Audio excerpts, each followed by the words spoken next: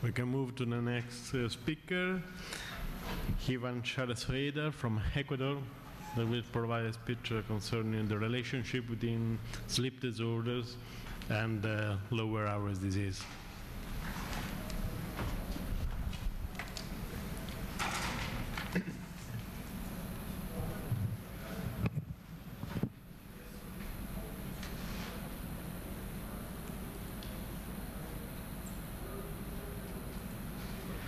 Good afternoon, dear colleagues. First of all, I want to thank the organizer for inviting me to this important meeting. And when I received the invitation, I was really astonished, and my wife took me a picture. And to start with, I would like to emphasize the necessity of reminding how sleep has effect on respiration. Sleep has a negative impact on respiration, which has the overall impact of producing hypoventilation, hypoxemia and hypercapnia. During a stable sleep, minute ventilation is reduced due to the loss of wakefulness drive to breathe. And also we have alteration in chemoreceptor sensitivity, respiratory muscle contraction, and lung mechanisms, such as, for example, a lung volume. Fall in lung volume at the sleep onset may be a factor contributing of pharyngeal collapse.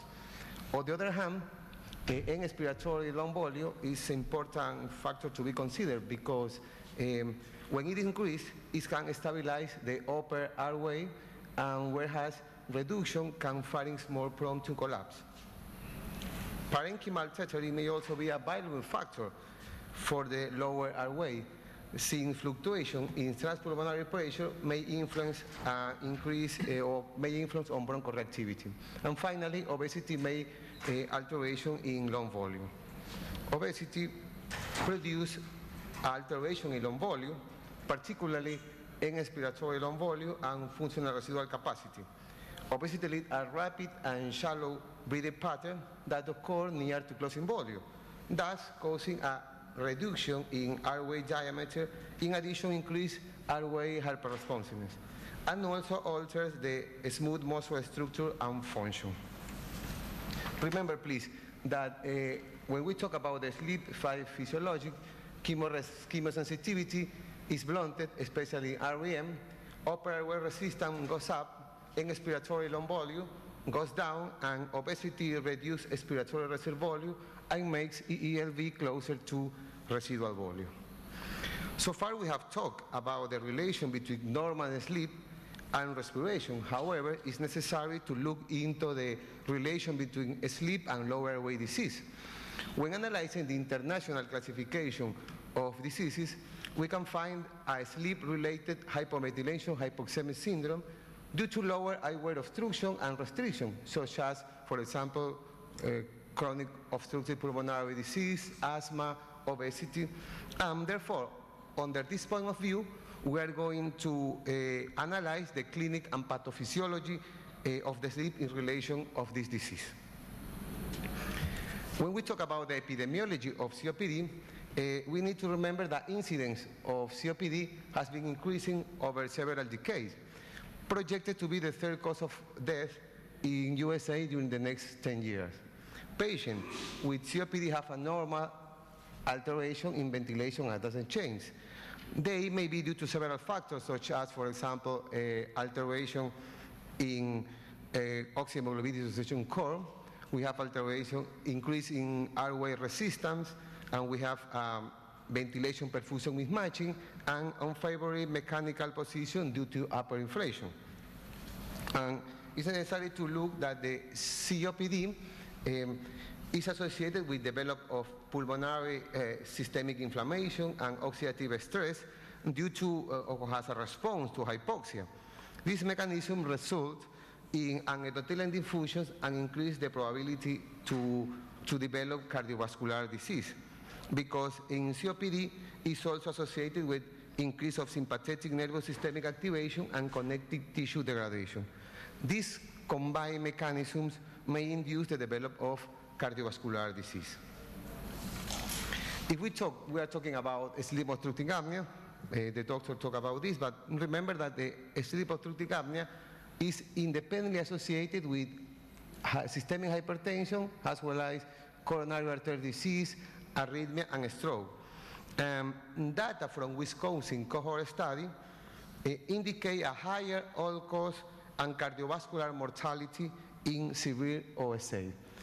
Such patients will also develop daytime hypercapnia, particularly if this is associated with lower airway obstruction. And for instance, they have more chance to have pulmonary hypertension. We don't know what is the exactly prevalence in OSA in Latin America, but I would like to mention who is the prevalence of sleep-related symptoms in 5 cities from Latin America. The prevalence of excessive daytime sleepiness is about 20%, but the habitual snoring, the prevalence of habitual snoring, is between 40% to 66%. 40% for Guayaquil and 60% for Santiago de Chile. And we believe we have a higher prevalence of sleep-related symptoms in Latin America. The intermittent hypoxia and sleep fragmentation associated with obstructive apnea result in a variety of responses, including systemic inflammation, oxidative stress, increase of sympathetic activation, and metabolic dysregulation. The various combined mechanisms of this mechanism promote the development of cardiovascular disease and atherosclerosis. At the moment, if we remember the different slides, we have similar mechanisms in COPD and obstructive apnea to promote a minor risk of cardiovascular morbidity. We are talking about systemic inflammation, which produces increase of cytokines, but the Cinderella of this cytokine is nuclear factor kappa B, which is a master regulator of inflammatory gene expression and regulates cytokines such as TNF, interleukin IH, which contribute to atherosclerosis and bronchial inflammation. And remember that in intermittent hypoxia lead to preferential activation of nuclear factor kappa B. Now, overlapping this molecular pathway of systemic inflammation in COPD and obstructive apnea, it's possible to identify areas where exists evidence of inflammatory pathway common to each disorder. If we look at this slide, we look at different common cytokines to influence to increase the development of cardiovascular disease.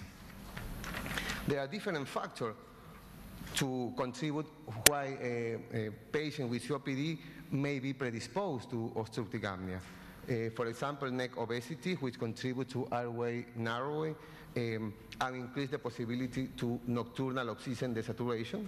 Truncal obesity promotes ventilatory disturbance by reducing chest wall, compliance, and respiratory muscle stretch. Furthermore, it is associated with reducing functional residual capacity. Cigarette smoking increases upper airway resistance, and the use of drugs, corticosteroid, promotes central obesity as well as fluid retention, and for instance, increase the upper airway narrowing.